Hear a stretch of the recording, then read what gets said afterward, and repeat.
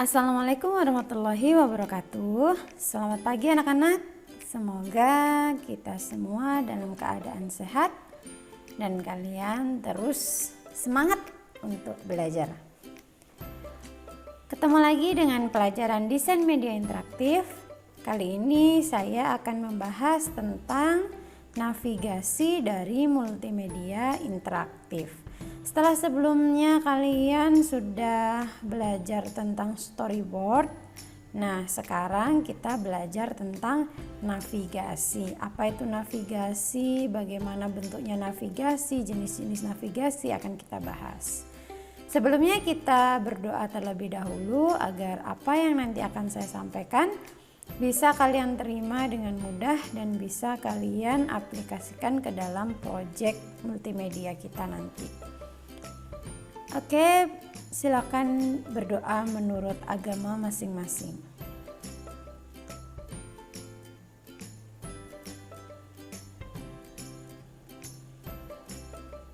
Bisa diakhiri? Langsung saja kita ke materi navigasi multimedia interaktif. Apa saja yang akan saya bahas nanti ada 4 poin. Yang pertama pengertian navigasi, yang kedua fungsi dari navigasi, yang ketiga jenis navigasi, dan yang terakhir saya berikan contoh navigasi untuk multimedia interaktif. Yang pertama, pengertian navigasi. Navigasi, apa sih yang dimaksud dengan navigasi? Navigasi itu adalah sebuah struktur.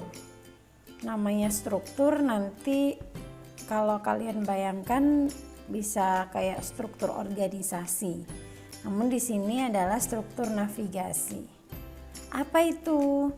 Urutan alur informasi dari suatu aplikasi multimedia. Nah, yang nanti akan kita buat adalah multimedia interaktif. Dengan menggunakan struktur navigasi yang tepat, maka suatu aplikasi multimedia mempunyai suatu pedoman dan arah informasi yang jelas. Jadi navigasi ini membuat sebuah aplikasi nanti alurnya jelas.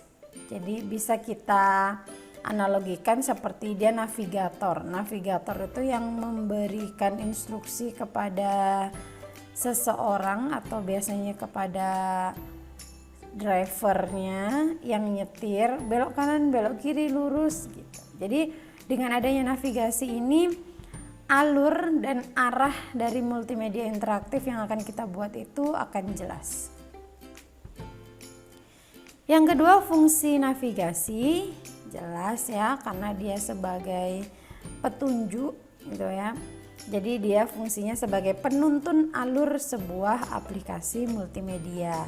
Dari sini kalian ke sini, dari sini kalian ke situ, seperti itu. Jadi nanti kita dituntun oleh navigasi ini.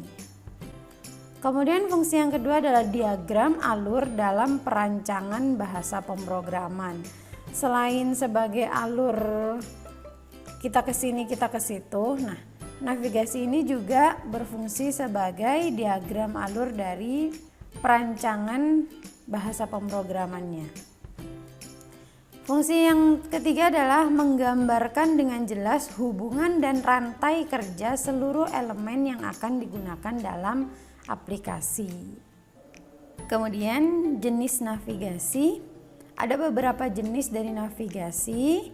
Untuk multimedia interaktif, jenis navigasinya ada 5. Yang pertama adalah jenis navigasi linear. Yang kedua, navigasi hierarki. Yang ketiga, navigasi non-linear. Yang keempat, ada yang namanya spoke and hub atau biasa disebut dengan navigasi jaringan. Yang terakhir adalah navigasi composite atau campuran. Kita bahas satu persatu. Yang pertama, jenis navigasi linear. Bentuknya seperti ini. Jadi dari satu halaman ke halaman yang lain, dia hanya bisa satu arah seperti ini. Dari sini hanya bisa ke sini dan ke sini. kalian lihat arahnya. Begitu juga dari kotak yang kedua atau halaman kedua ke halaman 3. Jadi mereka hanya lurus saja jalannya atau mundur. Tidak bisa belok kanan, tidak bisa belok kiri. Linear merupakan struktur yang hanya mempunyai satu rangkaian cerita berurut.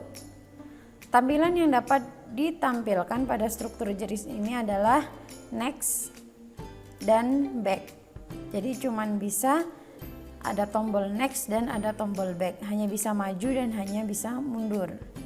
Biasanya struktur ini digunakan pada multimedia presentasi karena tidak menuntut interaksi yang banyak, hanya memerlukan keindahan dan kemudahan menampilkan data sebagai informasi. Struktur linear ini bisa kalian lihat biasanya pada PowerPoint, presentasi. Kita hanya ke depan atau ke belakang. Lain lagi kalau presentasi yang menggunakan hyperlink ya. Ini yang presentasi yang tanpa menggunakan hyperlink. Jadi dari slide 1 ke slide 2 ke slide 3 dan kita bisa mundur dari slide 3 ke slide 2 ke slide 1. Itu merupakan contoh dari struktur navigasi yang linear. Hanya bisa maju dan hanya bisa mundur. Jenis yang kedua adalah struktur navigasi hierarki. Struktur hierarki merupakan struktur seperti tangga atau pohon, di mana masing-masing objek menyediakan sebuah menu pilihan yang memiliki lebih banyak menu dengan banyak pilihan.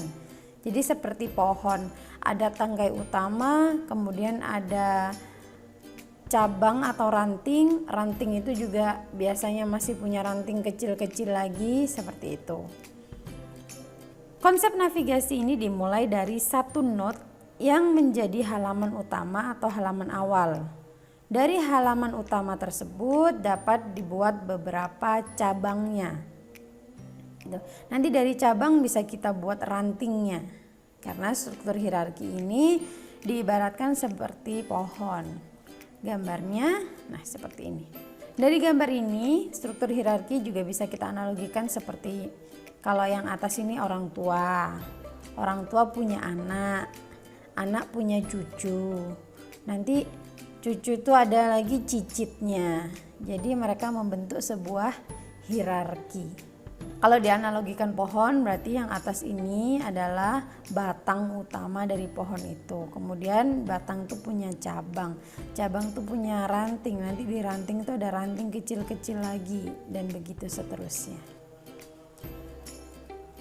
Kemudian struktur navigasi nonlinear.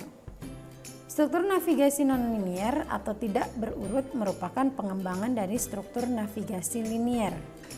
Pada struktur ini diperkenankan membuat cabang. Percabangan yang dibuat pada struktur nonlinear ini berbeda dengan pada struktur hierarki. Karena pada percabangan nonlinear ini walaupun terdapat percabangan, tapi tiap-tiap tampilan mempunyai kedudukan yang sama.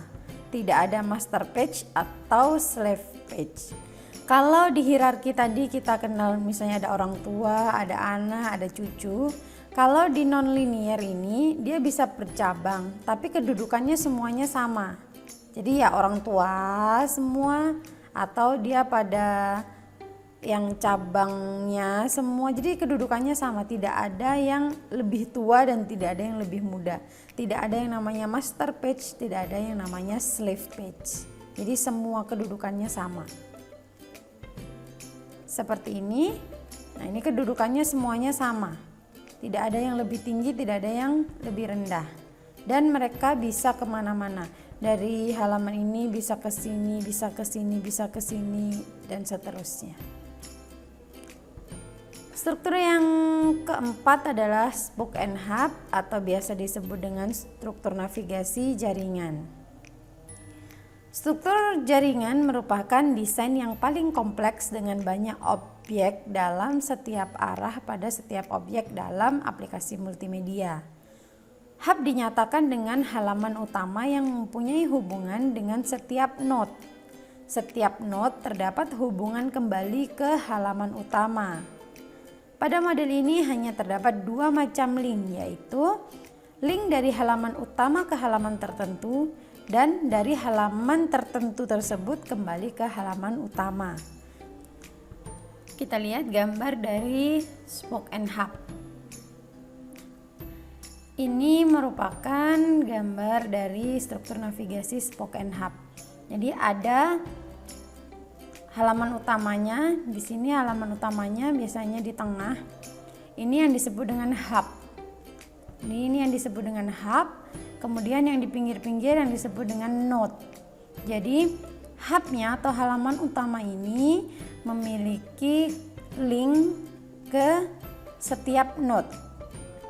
Nih. Dan node ini juga bisa kembali ke halaman utama atau hub ini.